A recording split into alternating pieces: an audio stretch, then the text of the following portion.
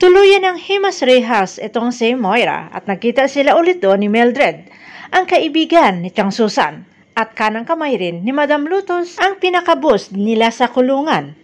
Boses pa lamang ni Moira ay kilalang-kilala na siya ni Mildred, kaya binigyan siya ng pa-welcome ni Mildred ang napakalakas na suntok sa tiyan kung kaya natumba itong si Moira at tadyak naman na malakas ang inabot ni Moira nang natumba.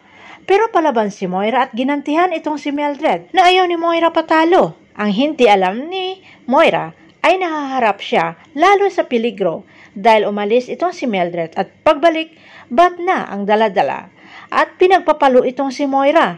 Natigil lamang ang pananakit kay Moira nang dumating ang mga kapulisan.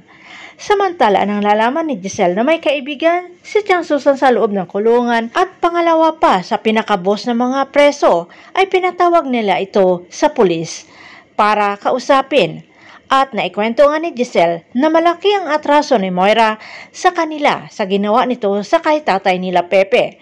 Kaya nagkaunawaan ang dalawa, Giselle at Mildred, na magbibigay si Giselle ng pera kay Mildred para pahirapan itong si Moira. Kinabukasan, sinimula na ni Mildred ang pagpahirap dito sa kay Moira at pinalinis niya ito ng kwarto ni Madam Lutos at may nakitang libro si Moira na may nakatagong kutsilyo sa loob.